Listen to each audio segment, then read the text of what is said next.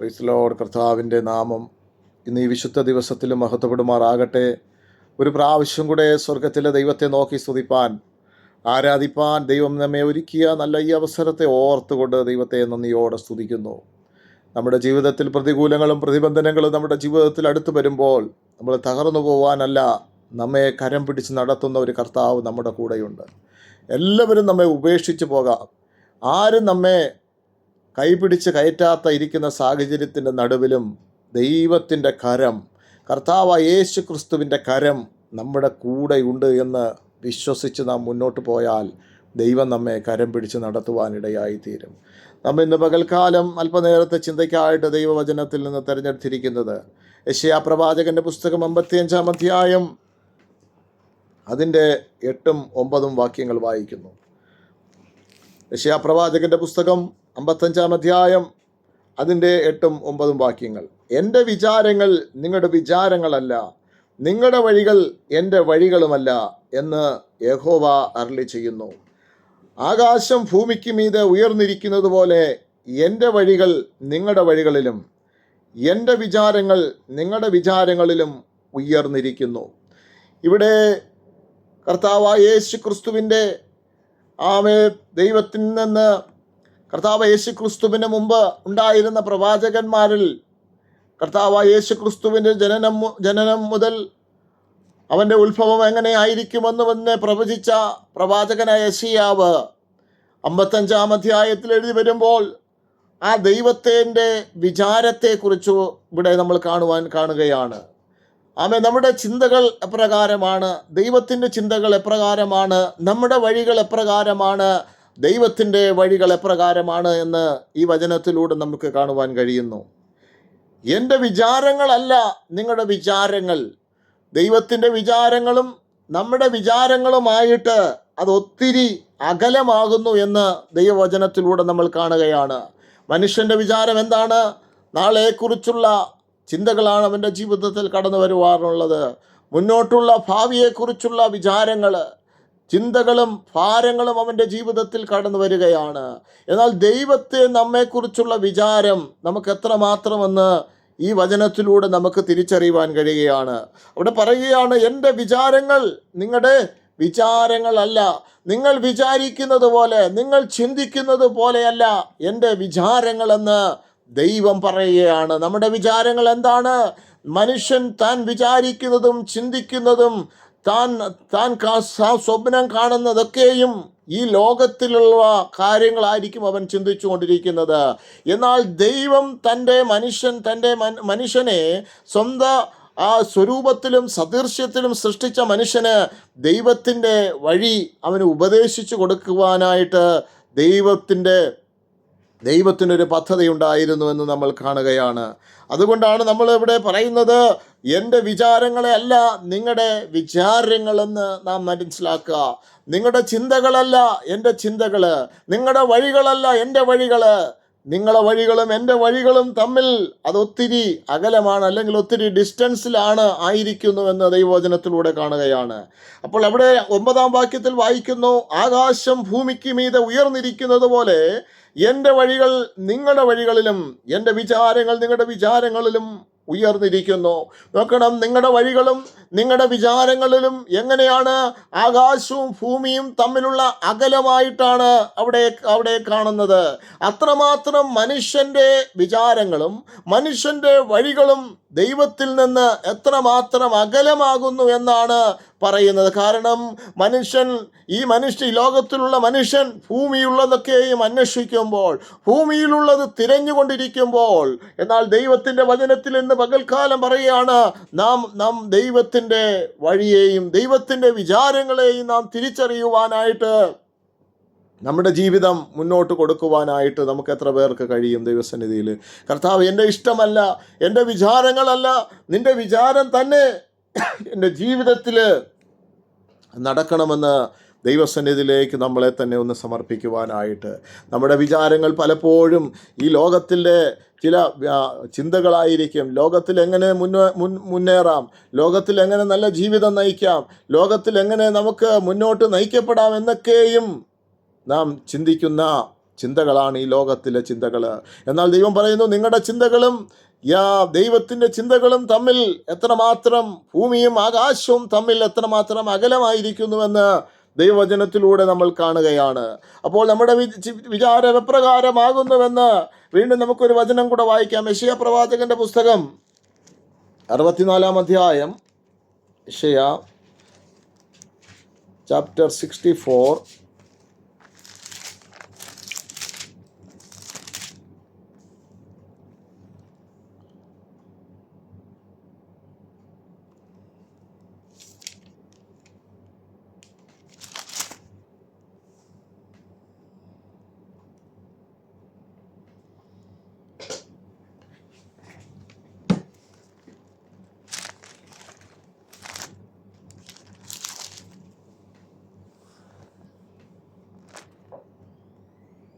ആമേൻ.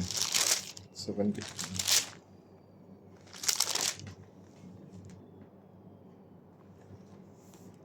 അവിടെ നമ്മൾ കാണുന്നു, ഞങ്ങൾ വിചാരിച്ചിട്ടില്ലാത്ത ഭയങ്കര കാര്യങ്ങളെ നീ പ്രവർത്തിച്ചപ്പോൾ നീ ഇറങ്ങി വരികയും മലകൾ തിരുമുമ്പിൽ ഉരുകിപ്പോകുകയും ചെയ്തുവല്ലോ. ഇവിടെ പറയുകയാണ്, ഞങ്ങൾ വിചാരിച്ചിട്ടില്ലാത്ത ഭയങ്കര കാര്യങ്ങളെ നീ പ്രവർത്തിച്ചപ്പോൾ. അപ്പോൾ ഒരു മനുഷ്യനും അവൻ്റെ ചിന്തയ്ക്കും ബുദ്ധിക്കും ചിന്തിക്കാത്ത വലിയ കാര്യങ്ങൾ പ്രവർത്തിക്കുവാൻ, അതാണ് അവർ സങ്കീർത്തനക്കാരൻ പറയുന്നത്, ഞങ്ങൾ വിചാരിച്ചിട്ടില്ലാത്ത ഭയങ്കര കാര്യങ്ങളെ നീ പ്രവർത്തിച്ചപ്പോൾ നീ ഇറങ്ങി വരികയും മലകൾ തിരുമുമ്പിൽ ഉരുകിപ്പോകുകയും ചെയ്തുവല്ലോ. ആ ദൈവത്തിൻ്റെ വിചാരത്തിലേക്ക്, ദൈവത്തിൻ്റെ ആ ഹിതപ്രകാരം ദൈവം ആ വിഷയത്തിൻ്റെ നടുവിൽ, നമ്മൾ കടന്നു പോകുന്ന ഓരോ സാഹചര്യത്തിൻ്റെ നടുവിലും ദൈവം ഇറങ്ങി വരുമ്പോൾ നമ്മുടെ ചില മലകൾ, നമ്മുടെ മുമ്പിൽ നിൽക്കുന്ന പ്രതികൂലങ്ങൾ, നമ്മെ തടസ്സമായി നിൽക്കുന്ന, നമ്മെ പ്രതിരോധിപ്പിക്കുന്ന, നമ്മെ ഒറ്റപ്പെടുത്തുന്ന എല്ലാ അന്ധകാര ശക്തികളെയും, അത് മാനുഷികമായ കരങ്ങളായിക്കൊള്ളട്ടെ, മാനുഷികമായ ചിന്തകളായിക്കൊള്ളട്ടെ, ദൈവം നമ്മൾ വിചാരിച്ചിട്ടില്ലാത്ത ഭയങ്കര കാര്യങ്ങൾ നീ പ്രവർത്തിച്ചപ്പോൾ നീ ഇറങ്ങി വരികയും മലകൾ തിരുമുമ്പിൽ ഉരുകിപ്പോകുകയും ചെയ്തുവല്ലോ എന്ന് ദൈവവചനത്തിൽ കാണുകയാണ്. അപ്പോൾ നീയല്ലാതെ ഒരു ദൈവം തന്നെ കാത്തിരിക്കുന്നവർക്ക് വേണ്ടി പ്രവർത്തിക്കുന്നത് പണ്ട് മുതൽ ആരും കണ്ടിട്ടില്ല, ഗ്രഹിച്ചിട്ടില്ല എന്ന് പറയുകയാണ്.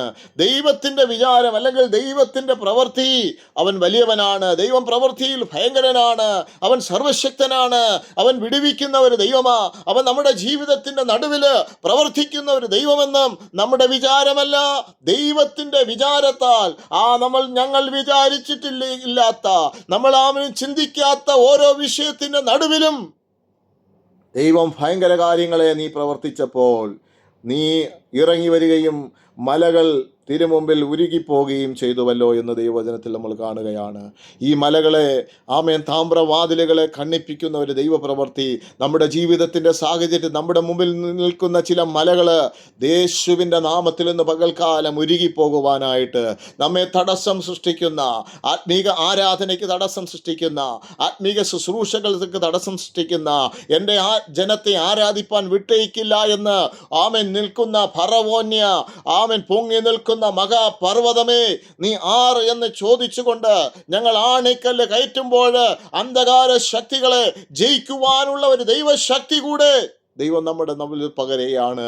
എന്നാൽ ദൈവം നമ്മുടെ വിചാരമല്ല കർത്താവേ, എൻ്റെ ഇഷ്ടമല്ല, എൻ്റെ ആഗ്രഹമല്ല, നിന്റെ വിചാരത്തിലേക്ക് ഞാൻ ഇന്ന് പകൽക്കാലം സമർപ്പിക്കുകയാണെന്ന് പറയുമ്പോൾ കർത്താവിത നമ്മുടെ വിഷയത്തിൻ്റെ നടുവിൽ, നമ്മുടെ ആവശ്യങ്ങളുടെ നടുവിൽ അവൻ ഇറങ്ങി വന്ന് പ്രവർത്തിക്കുവാനായിട്ട് ദൈവം ശക്തനാകുന്നു എന്ന് ഇന്ന് പകൽക്കാലം ദൈവവചനത്തിലൂടെ നമ്മൾ കാണുകയാണ്. ഹല്ലേലൂയ. ആമേൻ. നീയല്ലാതെ ഒരു ദൈവം തന്നെ കാത്തിരിക്കുന്നവർക്ക് വേണ്ടി പ്രവർത്തിക്കുന്നത് പണ്ട് മുതൽ ആരും കേട്ടിട്ടില്ല, ഗ്രഹിച്ചിട്ടുമില്ല, കണ്ണുകൾ കേട്ടിട്ടുമില്ല, ഒരു കണ്ണ് പോലും കാണാതെ, ഒരു ചെവി പോലും കേൾക്കാതെ പ്രവർത്തിക്കുന്ന ഒരു ദൈവത്തിൻ്റെ വിടുതലുകളെ ഇന്ന് പകൽക്കാലം നാം തിരിച്ചറിയുമ്പോൾ ഹല്ലേലൂയ, ആ ദൈവകരങ്ങളിലേക്ക് നമുക്ക് ദൈവസന്നിധിയിലേക്ക് കൊടുക്കാം. നമുക്ക് എടുക്കാം ലൂക്കോസ് സുവിശേഷം, ലൂക്ക് ചാപ്റ്റർ 12 അതിൻ്റെ 24 നമുക്ക് നോക്കാം.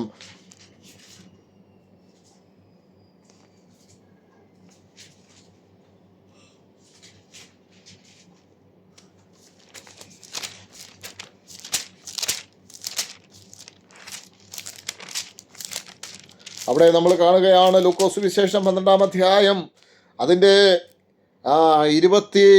25-ാം വാക്യത്തിൽ നമ്മൾ വായിക്കുന്നു, പിന്നെ വിചാരപ്പെടുന്നതിനാൽ തൻ്റെ നീളത്തിൽ ഒരു മുഴം കൂട്ടുവാൻ ആർക്ക് കഴിയും എന്നവിടെ ചോദിക്കുകയാണ്. അവിടെ ദൈവസന്നിധിയിൽ നിന്ന് പല ചിന്താഭാരത്തോടും പല പ്രയാസത്തോടും കടന്നു പോകുന്ന ആ സമൂഹത്തെ കണ്ടുകൊണ്ട് അവിടെ നമുക്ക് മുകളിലോട്ട് നമുക്ക് കാണുമ്പോൾ കാണുകയാണ് അവിടെ ദൈവം അവിടെ ഒരു മൂഢനായ മനുഷ്യനോട് കൂടെ ദൈവത്തിൻ്റെ ആലോചന അവിടോട് പറയുകയാണ്, ആ മൂഢ, ഈ രാത്രിയിൽ നിന്റെ ആത്മാവിനെ നിന്നോട് ചോദിച്ചാൽ നീ ഒരുക്കി വച്ചിരിക്കുന്ന ആർക്കാകുമെന്ന് അവിടെ നമ്മൾ കാണുകയാണ്. അപ്പോൾ അവിടെ അങ്ങനെ പറഞ്ഞു വന്നിട്ട് തൻ്റെ ശിഷ്യന്മാർ യേശുവിൻ്റെ അടുക്കൽ വന്ന് അതിൻ്റെ 22 നമ്മൾ വായിക്കുമ്പോൾ, ആകയാൽ എന്ത് തിന്നും എന്നും ജീവനായി കൊണ്ടും എന്ത് ഉടുക്കുമെന്നും ശരീരത്തിനായി കൊണ്ട് വിചാരപ്പെടരുത് എന്ന് ഞാൻ നിങ്ങളോട് പറയുന്നു. ആഹാരത്തേക്കാൾ ജീവനും ഉടുപ്പിനേക്കാൾ ശരീരവും വലുതല്ലോ. കാക്കയെ നോക്കുവിൻ, അത് വിതയ്ക്കുന്നില്ല, കൊയ്യുന്നില്ല, അത് പാണ്ഡ്യശാലയിലും കളപ്പുരയിലും ഇല്ല, എങ്കിലും ദൈവം അതിനെ പുലർത്തുന്നു. പറവജാതികളേക്കാൾ നിങ്ങൾ എത്രയോ വിശേഷതയുള്ളവർ എന്ന് പറഞ്ഞു തന്നതിന് ശേഷം, നിങ്ങൾ വിചാരപ്പെടുന്നതിനാൽ നിന്റെ നീളത്തിൽ ഒരു മുഴം കൂട്ടുവാൻ നിങ്ങൾക്ക് കഴിയുമോ? അപ്പോൾ നമ്മൾ വിചാരപ്പെട്ടുകൊണ്ട്, നമ്മൾ വളരെ ഭാരപ്പെട്ടുകൊണ്ട് നമ്മുടെ നീളത്തിൽ നിന്ന്, നമ്മുടെ ലെങ്തിൽ നിന്ന് കുറച്ചുകൂടെ ലെങ്ത് നമുക്ക് കൂട്ടുവാൻ കഴിയുമോ? ഇല്ല, ഒരിക്കലുമില്ല. എന്നാൽ ദൈവം പറയുകയാണ്, കാക്കയെ നോക്കുവിൻ, അവ വിതയ്ക്കുന്നില്ല, കൊയ്യുന്നില്ല, കളപ്പുരയിൽ കൂട്ടിവെക്കുന്നില്ല, എന്നാൽ അവയെ പരിപാലിക്കുന്ന ഒരു ദൈവം നമ്മുടെ കൂടെയുണ്ട്. അതുകൊണ്ട് ദൈവം പറയുകയാണ്, നിങ്ങളെ വിചാരപ്പെടരുത്, നിങ്ങളുടെ വിചാരങ്ങളെ ഞാൻ ഏറ്റെടുക്കുന്ന ഒരു ദൈവമാ. എൻ്റെ വിചാരം നിങ്ങളുടെ വിചാരങ്ങളല്ല, എൻ്റെ വഴികൾ നിങ്ങളുടെ വഴികളുമല്ല എന്ന് ദൈവം പറയുമ്പോൾ, ദൈവഹിതപ്രകാരമായുള്ള വിചാരം. പിന്നെ നിങ്ങൾ വിചാരപ്പെടുന്നതിനാൽ തൻ്റെ നീളത്തിൻ്റെ ഒരു മുഴം കൂട്ടുവാൻ നിങ്ങൾ ആർക്ക് കഴിയും? ആമേൻ. എന്നാൽ നിങ്ങൾ ആകയാൽ ഏറ്റവും ചെറിയതിന് പോലും നിങ്ങൾ പോരാത്തവർ എങ്കിൽ ശേഷമുള്ളതിനെക്കുറിച്ച് വിചാരപ്പെടുന്നതെന്ന്. താമര എങ്ങനെ വളരുന്നുവെന്ന് നിങ്ങൾ വിചാരിപ്പിൻ. അവ അധ്വാനിക്കുന്നില്ല, നൂൽക്കുന്നില്ല, എന്നാൽ ശലോമോൻ പോലും തൻ്റെ മഹത്വത്തിൽ ഇവയൊന്നിനോളം ചമഞ്ഞിരുന്നില്ല എന്ന് ഞാൻ നിങ്ങളോട് പറയുന്നു. ആമേൻ. ദൈവവചനം പറയുന്നു, ആമേൻ. നിങ്ങൾ വയലിലെ താമരകളെ നിങ്ങൾ നോക്കുവിൻ, അവ കൊയ്യുന്നില്ല, അവയെ ദൈവം പരിപാലിക്കുന്നെങ്കിൽ ദൈവം നമ്മെ പരിപാലിക്കുവാൻ എൻ്റെ ദൈവം ശക്തനാകുന്നുവെന്ന് ദൈവവചനത്തിലൂടെ ദൈവത്തിൻ്റെ ആത്മാവ് നമ്മോട് പറയുകയാണ്. അതുപോലെ മാത്യു 6:25-ലും 26-ലും ഒക്കെ ഈ വാക്യങ്ങൾ നമ്മൾ കാണുകയാണ്. അവിടെയും ഇതേ വാക്യം തന്നെ, ആമേൻ, ദൈവത്തിൻ്റെ ആത്മാവ് അവിടെ നമ്മൾ കാണുമ്പോൾ മാത്യു 6:25-ലും 26-ലും ഇതേ വാക്യങ്ങൾ നമ്മളവിടെ കാണുകയാണ്. നിങ്ങളെ വിചാരപ്പെടുന്നത് കൊണ്ട് നിങ്ങൾക്ക് നേട്ടമുണ്ടാകുമോ? വിചാരപ്പെട്ട് നിങ്ങൾ തളർന്നു പോവാനല്ല.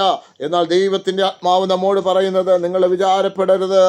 അവൻ എന്ത് തിന്നും, എന്ത് കുടിക്കും. അവിടെ അതുകൊണ്ട് 25, അതുകൊണ്ട് ഞാൻ നിങ്ങളോട് പറയുന്നത്, എന്ത് തിന്നും എന്ത് കുടിക്കുമെന്ന് നിങ്ങൾ ജീവനായി കൊണ്ടും എന്തുടുക്കുമെന്ന് ശരീരത്തിനായും കൊണ്ട് വിചാരപ്പെടരുത്. ആഹാരത്തേക്കാൾ ജീവനും ഉടുപ്പിനേക്കാൾ ശരീരവും വലുതല്ലയോ? ആകാശത്തിലെ പറവകളെ നോക്കുവേൻ, അവ വിതയ്ക്കുന്നില്ല, കൊയ്യുന്നില്ല, കളപ്പുരയിൽ കൂട്ടിവെക്കുന്നില്ല, എന്നാൽ അവയേക്കാളും നിങ്ങൾ എത്രയോ വിശേഷത ഉള്ളവരല്ലയോ? ദൈവം പറയുന്ന 27 വായിക്കുന്നു, വിചാരപ്പെടുന്നതിനാൽ തൻ്റെ നീളത്തോടൊരു മുഴം കൂട്ടുവാൻ ആർക്കും കഴിയുകയില്ല. നമ്മുടെ വിചാരം, നമ്മുടെ ചിന്തകൾ, നമ്മുടെ ഭാരങ്ങൾ ദൈവസന്നിധിയിലേക്ക്, കർത്താവേ, ദൈവത്തിൻ്റെ ഹിതമാണ് നാം ആയിരിക്കുന്നത്. നമ്മുടെ ഓരോ ഉയർച്ചകളും ഓരോ വളർച്ചകളും ഓരോ സ്റ്റെപ്പുകളും നമ്മൾ കയറുമ്പോൾ ഇത് ദൈവത്തിൻ്റെ ഒരു നിയോഗമാണ്, ദൈവത്തിൻ്റെ കരമാണ് എന്ന് തിരിച്ചറിയുന്നതാണ് ദൈവത്തിൻ്റെ വിചാരം എന്ന് പറയുന്നത്. കർത്താവേ, നിന്റെ ഇഷ്ടമാണെങ്കിൽ മുന്നോട്ട് പോകട്ടെ, നിന്റെ ഇഷ്ടമാണെങ്കിൽ മുന്നോട്ട് ജീവിതം നയിക്കട്ടെ എന്ന് തിരിച്ചറിയുന്നതാണ് ദൈവത്തിൻ്റെ ഹിതം, ദൈവത്തിൻ്റെ വിചാരമെന്ന് ഇന്ന് പകൽക്കാലം നാം ദൈവവചനത്തിലൂടെ മനസ്സിലാക്കുക. ആമേൻ. നമുക്ക് വീണ്ടും ഒരു വാക്യം വായിക്കാം. സങ്കീർത്തനങ്ങൾ 92, സങ്കീർത്തനങ്ങളുടെ പുസ്തകം 92-ന്റെ 5-ാം വാക്യം. Psalms 92 verse 5. അവിടെ നമ്മൾ കാണുന്നു, യഹോവേ നിന്റെ പ്രവൃത്തികൾ എത്ര വലിയതാകുന്നു, നിന്റെ വിചാരങ്ങൾ അത്യന്തം. അവിടെ ദൈവവചനത്തിൽ കാണുകയാണ്, ദൈവമേ നിന്റെ പ്രവൃത്തികൾ എത്ര വലിയവയാകുന്നു. ആ ദൈവത്തിൻ്റെ പ്രവൃത്തികളെ നാം വർണ്ണിക്കുമ്പോൾ, നമ്മൾ സങ്കീർത്തനങ്ങൾ നമ്മൾ വായിച്ചല്ലോ, ഞങ്ങൾ വിചാരിച്ചിട്ടില്ലാത്ത ഭയങ്കര കാര്യങ്ങളെ, വലിയൊരു മിറക്കിളുകൾ ചെയ്യുവാൻ എൻ്റെ ദൈവം നമ്മളെ ശക്തനാകുന്നുവെന്ന് ദൈവവചനത്തിൽ നമ്മൾ വായിച്ചതുപോലെ. ഹല്ലേലൂയ. ഇന്ന് ദൈവം പറയുന്നു, യഹോവേ നിന്റെ പ്രവൃത്തികൾ എത്ര വലിയവയാകുന്നു, നിന്റെ വിചാരങ്ങൾ അത്യന്തം അഗാധമായതാണ്. നിന്റെ വിചാരത്തെ, ദൈവത്തിൻ്റെ വിചാരത്തെ ആർക്കും മനസ്സിലാക്കുവാൻ കഴിയില്ല. മനുഷ്യ, നിന്റെ ഹൃദയം കൊണ്ടത്, നിന്റെ ബുദ്ധി കൊണ്ട് തിരിച്ചറിയുവാൻ കഴിയില്ല. എന്നാൽ ദൈവത്തിൻ്റെ ഹിതം തിരിച്ചറിയണമെങ്കിൽ ആ പരിശുദ്ധാത്മാവിനെ നാം പ്രാപിക്കണം, ദൈവാലോചന നാം പ്രാപിക്കണം. അതുകൊണ്ട് ദൈവവചനത്തിൽ നമ്മൾ പറയുകയാണ്, ദൈവത്തിൻ്റെ ആത്മാ പറയുകയാണ്, അഗാധമായത്, ദൈവത്തിൻ്റെ പ്രവൃത്തികൾ എത്ര വലിയതാകുന്നു. ആമേൻ. നിന്റെ വിചാരങ്ങൾ അത്യന്തം അഗാധമായി തന്നെ. ദൈവത്തിൻ്റെ വിചാരങ്ങൾ എത്ര വലിയതാണ്, എത്ര ആഴമുള്ളതാണ് ദൈവത്തിൻ്റെ വിചാരം. നാം വിചാരിച്ച് നമ്മുടെ ശാരീരികമായ മാനസികമായ ആ നിലകൾ തെറ്റിച്ച് കളയുവാനല്ല, ദൈവം നമുക്ക് വേണ്ടി പ്രവർത്തിക്കുന്ന ഒരു ദൈവപ്രവൃത്തി നമ്മൾ കാണുവാൻ ഇന്ന് പകൽക്കാലം ഈ വചനത്തിലൂടെ ദൈവസന്നിധിയിലേക്ക് നമ്മൾ സമർപ്പിച്ചാൽ, ദൈവം നമ്മുടെ ജീവിതത്തിൽ വലിയൊരു പ്രവൃത്തികളെ കാണുവാൻ, വലിയൊരു ദൈവത്തിൻ്റെ ആത്മപ്രവൃത്തി കാണുവാനായിട്ട് സ്വർഗത്തിലെ ദൈവം ഇടയാക്കുവാനിടയായി തീരും. ഹല്ലേലൂയ. അടുത്ത 40-ാം സങ്കീർത്തനത്തിൽ നമ്മൾ കാണുന്ന 5-ാം വാക്യത്തിൽ, എൻ്റെ ദൈവമായ യഹോവേ നീ ചെയ്ത അത്ഭുത പ്രവൃത്തികളും ഞങ്ങൾക്ക് വേണ്ടിയുള്ള നിന്റെ വിചാരങ്ങളും വളരെയാകുന്നു. നിന്നോട് സദൃശൻ ആരുമില്ല. ഞാൻ അവയെ വിവരിച്ച് പ്രസ്താവിക്കുമായിരുന്നു, എന്നാൽ അവ എണ്ണിക്കൂടാതെ വണ്ണം അധികമാകുന്നു. ആമേൻ. സങ്കീർത്തനം നമ്മൾ 40-5 നമ്മൾ കാണുന്നത് എന്താണ്? എൻ്റെ ദൈവമായ യഹോവേ നീ ചെയ്ത അത്ഭുത പ്രവൃത്തികളും ഞങ്ങൾക്ക് വേണ്ടി നിന്റെ വിചാരങ്ങളും എത്ര വലുതാകുന്നു. നമ്മുടെ ജീവിതത്തിൽ ചെയ്ത എത്ര വലിയ പ്രവൃത്തികൾ, എത്ര ഞങ്ങൾക്ക് വേണ്ടിയുള്ള നിന്റെ വിചാരം എന്താണ്? നിങ്ങൾ ഒന്നിനെക്കുറിച്ച് വിചാരപ്പെടരുത്, സകലവും പ്രാർത്ഥനയാലും യാചനയോടും യേശുവെങ്കിലേക്ക് അർപ്പിക്കാത്രയെന്ന് ആമേൻ ഫിലിപ്പിയർക്ക് എഴുതിയ 4-ാം അധ്യായം 10-ാം വാക്യത്തിൽ 6-ാം വാക്യം മുതൽ നമ്മൾ കാണുന്നു, നിങ്ങൾ ഒന്നിനെക്കുറിച്ചും വിചാരപ്പെടരുത്. നിങ്ങളുടെ ആവശ്യങ്ങൾ എന്ത് ചെയ്യണം? സ്തോത്രത്തോടെ കർത്താവിൻ്റെ സന്നിധിയിലേക്ക് അറിയിക്കുക അത്രേ വേണ്ടത്. എന്നാൽ സകല ബുദ്ധിയെയും കവിയുന്ന ഒരു ദൈവിക സമാധാനം നാം അനുഭവിപ്പാനിടയായി തീരുമെന്ന് ദൈവവചനത്തിലൂടെ നമ്മൾ കാണുകയാണ്. അപ്പോൾ ദൈവം ഇന്ന് പകൽക്കാലം നമ്മൾ പറയുന്നത് എന്താണ്? എൻ്റെ ദൈവമായ യഹോവേ നീ ചെയ്ത പ്രവൃത്തികളും ഞങ്ങൾക്ക് വേണ്ടിയുള്ള നിന്റെ വിചാരങ്ങളും വളരെയാകുന്നു. ദൈവം നമുക്ക് ചെയ്ത പ്രവർത്തികൾ എത്ര വലുതാണ്. അവൻ നമ്മുടെ ജീവിതത്തിൽ എന്തെല്ലാം മിറക്കിളുകൾ, എന്തെല്ലാം അത്ഭുതങ്ങൾ നമ്മുടെ ജീവിതത്തിൽ ചെയ്തില്ലയോ? ആമൻ. ഇതൊക്കെ ഇന്ന് മറന്നു കളഞ്ഞിരിക്കുന്നുവെങ്കിൽ ദൈവം ആമേൻ അത്ഭുത മന്ത്രിയാണ്. അവൻ വീരനാം ദൈവമാണ്, നിത്യപിതാവാണ്. ഞങ്ങൾക്ക് വേണ്ടി നിന്റെ വിചാരം വളരെയാകുന്നു. ആമേൻ. നമ്മളെ ആരും കരുതിയില്ല എങ്കിലും നമ്മെക്കുറിച്ചുള്ള ദൈവത്തിൻ്റെ കരുതലുകൾ എത്ര വലുതാകുന്നു, എത്ര മഹത്തരമാകുന്നുവെന്ന് ഈ വചനത്തിലൂടെ, ഈ വചനത്തിൻ്റെ സത്യത്തിലൂടെ നാം തിരിച്ചറിയണം. ആമേൻ. നിന്നോട് സദർശൻ ആരുമില്ല. ഞാൻ അവയെ വിവരിച്ച് പ്രസ്താവിക്കുമായിരുന്നു, എന്നാൽ അവ എണ്ണിക്കൂടാതെ വണ്ണം അധികമാകുന്നു. ആമേൻ. അവ എണ്ണിക്കൂടാതെ വണ്ണം, നമുക്ക് കൗണ്ട് ചെയ്യാൻ പറ്റാതെ വണ്ണം, അതെത്രമാത്രം അതിൻ്റെ അളവുകൾ, ദൈവം ചെയ്ത ദൈവം നമുക്ക് വേണ്ടി പ്രവർത്തിച്ച, ദൈവം നമുക്ക് വേണ്ടി കരുതിയ ഓരോ ദൈവ പ്രവൃത്തികളെയും നമ്മൾ ഇന്ന് പകൽക്കാലം ധ്യാനിക്കുമ്പോൾ അത് എണ്ണിക്കൂടാതെ വണ്ണം കർത്താവേ അത് വലുതാണ്. ഹല്ലേലൂയ. ദൈവകരങ്ങളിലേക്ക് നമുക്കൊന്ന് ദൈവസന്നിധിയിൽ നിന്ന് കൊടുക്കാം. കർത്താവേ ആമേൻ. ആമേൻ. നിന്റെ വഴികൾ, നിന്റെ വിചാരങ്ങൾ എത്ര വലിയതാണ്, എത്ര അത് ഗ്രഹിച്ചറിയുവാനായിട്ട് എനിക്ക് എത്രമാത്രം. ആമേൻ. ഹല്ലേലൂയ. ആ ദൈവത്തിൻ്റെ വിചാരം അറിഞ്ഞ ദാവീദ് പറയുകയാണ്, നിന്നോട് സദൃശ്യൻ ആരുമില്ല. ഞാൻ അവയെ വിവരിച്ച് പ്രസ്താവിക്കുമായിരുന്നു, എന്നാൽ അവ എണ്ണിക്കൂടാതെ വണ്ണം അധികമാകുന്നു എന്ന് ഈ വചനത്തിൽ കാണുകയാണ്.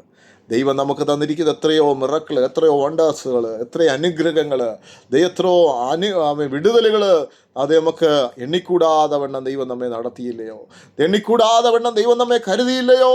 ഒന്നുമില്ലായ്മയുടെ നമ്മുടെ നടുവിലും എല്ലാത്തെയും വിളിച്ചു വരുത്തുന്നൊരു ദൈവം ആമേൻ നമ്മുടെ ജീവിതത്തിൽ ചെയ്ത വലിയ പ്രവൃത്തികളെ നാം ഇന്ന് എത്രമാത്രം കർത്താവെ നീ എൻ്റെ ജീവിതത്തിൽ ചെയ്ത എല്ലാ പ്രവൃത്തികളെ ഓർത്ത് ദൈവമേ, ഞാനൊരു നന്ദിയുള്ള ഹൃദയത്തോടെ, നന്ദിയുള്ള ഒരു മനസ്സോടുകൂടെ കർത്താവെ ഞാൻ നിന്നെ ആരാധിക്കുന്നു, ഞാൻ നിന്നെ മഹത്വപ്പെടുത്തുകയാണ്.